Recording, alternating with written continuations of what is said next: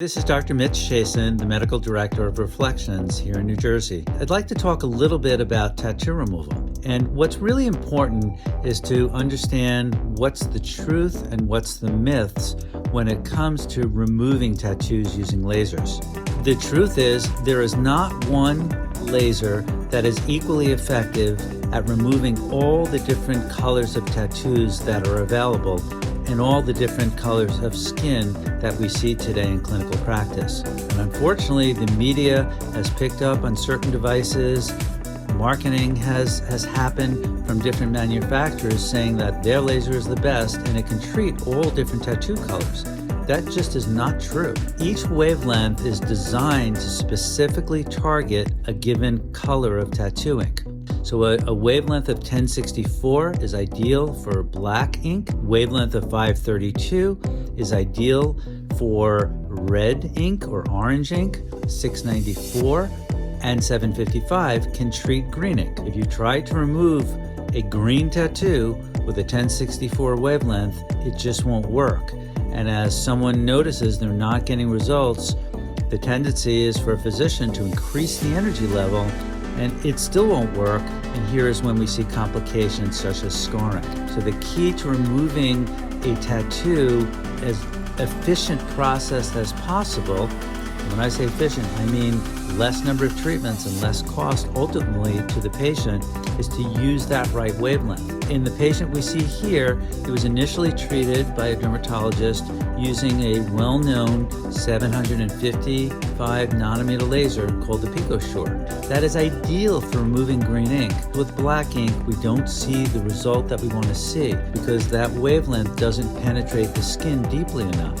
So he had multiple treatments, unfortunately without results, and the dermatologist sent the patient to us to treat. So with this patient, we're seeing an ideal response to the laser because the wavelength of this device is ideal for the color of the ink and for the color of the skin. Skin color plays a big role as well because there may be a laser wavelength that's ideal for the color of the ink, but it's not safe for the color of the skin. And the bottom line, you need to have multiple laser wavelengths, multiple lasers to be able to do tattoo removal effectively and safely. So we have many different tattoo removal lasers at our practice. And these lasers not only have specific wavelengths that we target different colors of tattoos with, but they also deliver that energy at different speeds. As these tattoos get lighter, they tend to have particles that become smaller. And when the particles become smaller, we need to use energy that's delivered much more quickly. So in addition to having devices that deliver different wavelengths to match the color of the ink, we now have to have lasers that deliver the pulses over different lengths of time, from a millionth to a trillionth of a second. And that's really important in clearing these tattoos efficiently and safely. So the bottom line is make sure when you're seeking care for tattoo removal that you're seeking care from professionals that have multiple lasers, that have many different lasers, so you know whatever color of ink you're coming in with, that they're going to be able to use the most ideal device for your tattoo. That will result in less number of treatments and skin that looks healthier after treatment.